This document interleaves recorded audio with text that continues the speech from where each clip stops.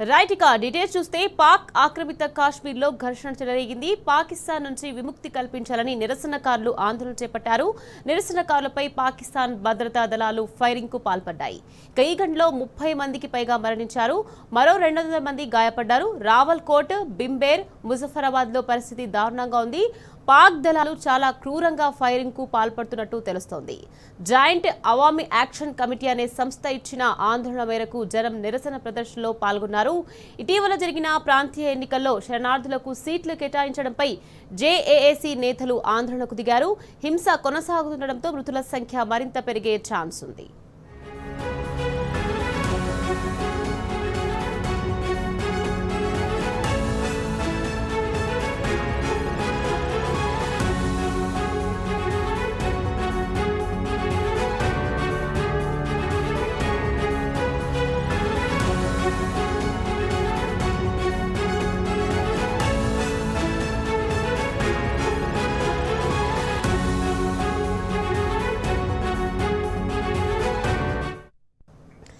పాక్ ఆక్రమిత కాశ్మీర్లో ఘర్షణ చెలరేగింది. పాకిస్తాన్ నుంచి విముక్తి కల్పించాలని నిరసనకారులు ఆందోళన చేపట్టారు.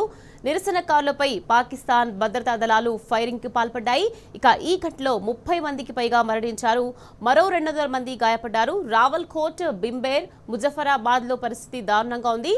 పాక్ దళాలు చాలా క్రూరంగా ఫైరింగ్ కు పాల్పడుతున్నట్టు తెలుస్తోంది.